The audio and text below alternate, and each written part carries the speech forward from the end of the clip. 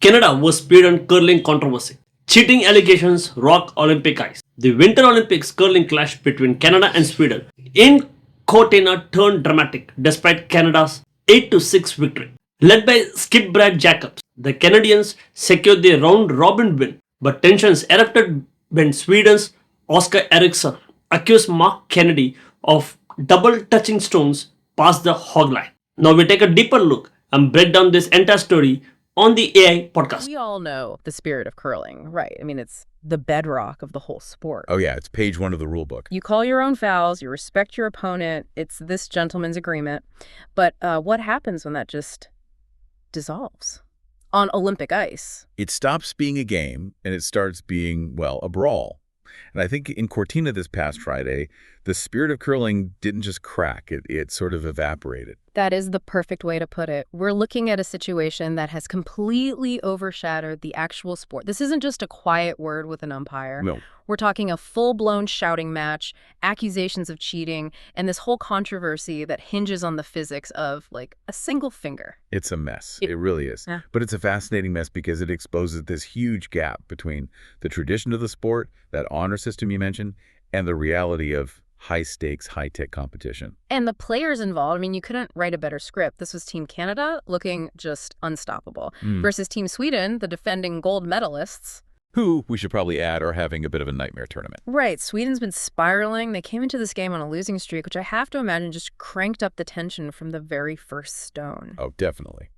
So today, we're going deep on what's being called the explosion in Cortina. But we want to move past just the gossip. I really want to dig into the mechanics of it all. Right. The actual physics of this finger flick, why the tech didn't catch it, and what this really means for the integrity of the whole tournament. It brings up these huge questions about officiating. You know, when you have 4K cameras and sensors everywhere, why are we still relying on the naked eye? Exactly. So let's get into it. Set the scene for us. It's Friday in Cortina, Canada versus Sweden. Yeah, so these two teams, they know each other inside and out. But this match, it wasn't the usual strategic battle. What was different? Well, the thing you might have missed if you weren't watching live is that this wasn't some sudden explosion. It wasn't one bad call that set everyone off. This was a slow burn, a really uncomfortable psychological simmer that lasted for almost the entire game. That almost sounds worse. Much worse. Niklas Edin, the Swedish skip, who is, arguably one of the greatest strategists in the game, he spotted something way back between the second and third ends. So really early in the game. Very early. And he sees something he doesn't like from the Canadians, but he doesn't stop the game. He doesn't make a scene. So what does he do? He goes to the officials, quietly. He just lodges a concern. So for the next, 2 hours, while everyone at home is watching the Rocks, the entire Swedish team is just staring lasers at the Canadian players' hands. That's terrifying. Can you imagine trying to throw a delicate draw shot while you know your opponent is dissecting every single twitch of your fingers? It injects this level of paranoia into the game. And that pressure just kept building and building until the final end, the 10th end. And that's when the lid just blew off. And it all centered on Mark Kennedy. Now, Kennedy is, he's curling royalty, a fierce competitor. The confrontation was with Sweden's Oscar Eriksson. That's right. Eriksson said something, an accusation, and you could just see Kennedy snap. Yeah. His whole body language just screamed, "I'm not having this." And then came the post-game comments, which were, let's say, spicy. Yeah. He essentially pulled the "do you know who I am" card. He cited his 25 years on tour, his 4 Olympic Games. Basically saying, I'm too successful to need to cheat. Exactly. But he didn't stop there. He actually admitted to the press that he told Eriksson, and this is a quote, where to stick it. Wow. That is not your typical curling rink chatter. Not at all. And he suggested the Swedes were just bitter because they were losing. Which, to be fair, they were. Canada won 8-6. Right. And that handed Sweden their 3rd straight loss. Yeah. And you have to wonder, if Sweden wins that game, maybe this all just goes away. But because they lost and Canada stays undefeated, the accusation becomes a way to, rationalize the defeat. Okay, so let's get into the nitty-gritty. What is double touching? What's the specific accusation here? Because the release is sacred in curling. It is the single most critical part of the shot. The rule is simple. Once your hand is off the handle, you're done. You cannot touch that stone again. Period. And Sweden is saying Kennedy was doing what exactly? They're claiming he was releasing the handle, but then just after, giving the stone a subtle secondary nudge with his finger, a finger flick. A finger flick. Mm. Now, I have to ask, we're talking about a 44-pound piece of granite sliding on ice. Mm-hmm. Does a little tap from a finger actually do anything? It sounds insignificant. It sounds negligible. I totally get that. But you have to remember they're playing on pebbled ice, not flat hockey ice.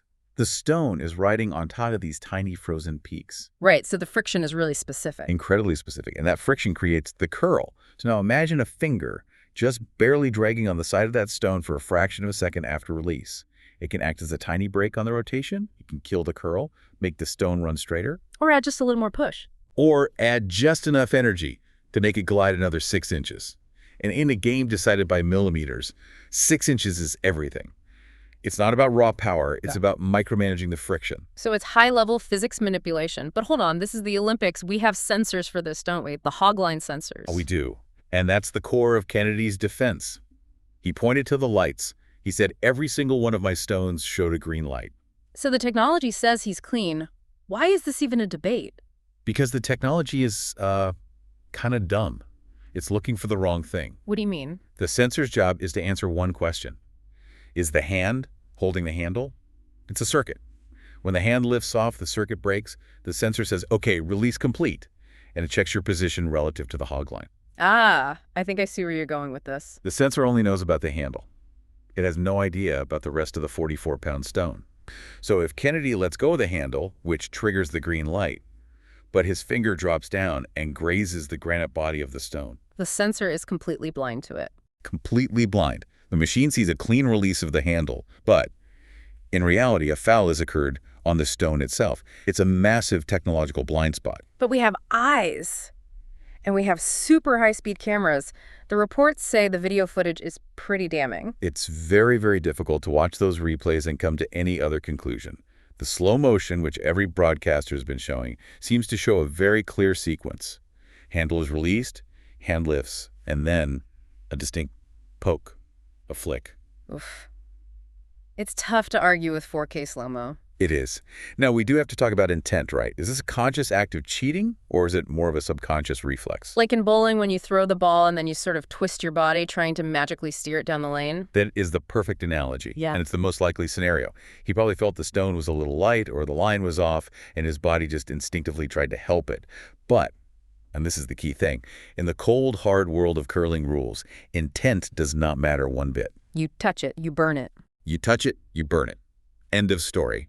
It doesn't matter if it was an accident. If skin touches stone after the release, it's a violation. So we have a rule breach. We have clear video evidence. Why on earth did the score stand? Why wasn't the stone pulled from play?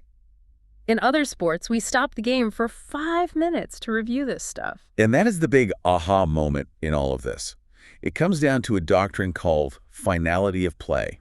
That sounds very official. It is. World curling operates on the principle that the umpire's decision, made on the ice in real time, is the final word.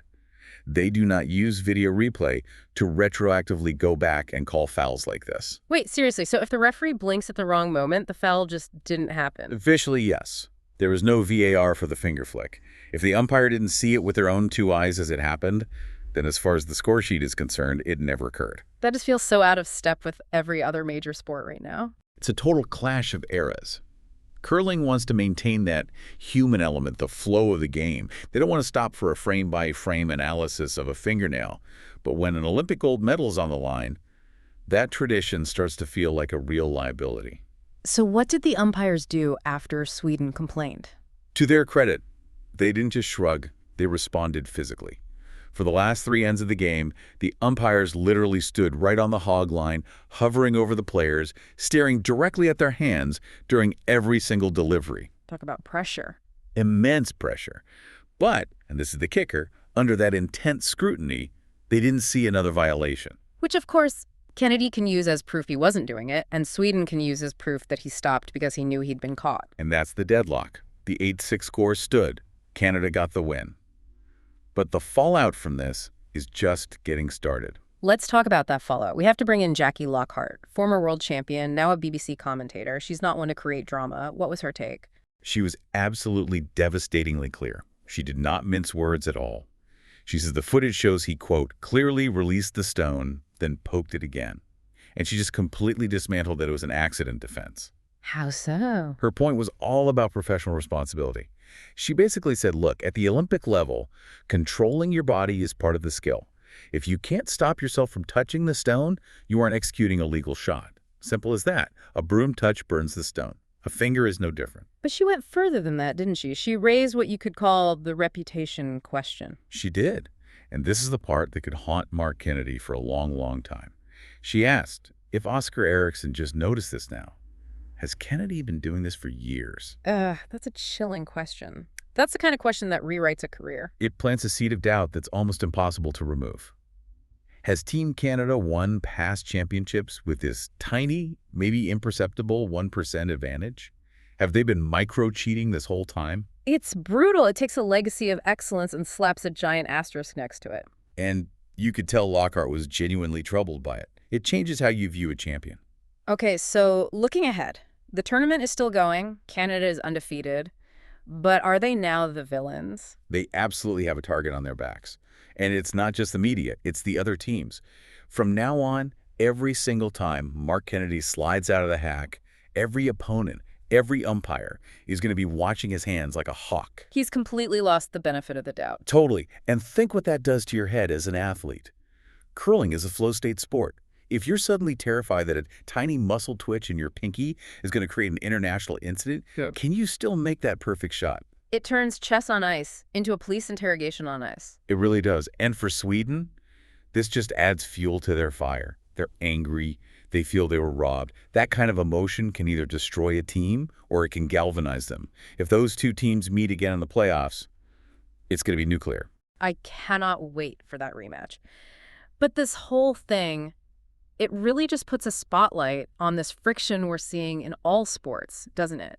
The technology is there to be perfect, but the rule books are still written for humans. That's the core conflict right there. We have tech that sees more than the human eye, cameras that say foul when sensors say green, and a rule book that says whatever the guy in the jacket saw is the final truth. It really feels like curling is at a crossroads. You can't broadcast in 4K, super slow motion, and then officiate like it's 1950. No, I think this incident forces their hand. I would not be at all surprised if, by the next Olympics, we see some kind of video challenge system in curling. Because the spirit of curling just isn't enough when gold medals are on the line. So a provocative thought to leave you with. We teach that integrity is what you do when no one's watching. But at the Olympics, everyone is watching. The cameras are watching. The sensors are watching. And apparently, even that isn't always enough to get the call right. If a rule is broken on the ice and the umpire doesn't see it, did it really happen?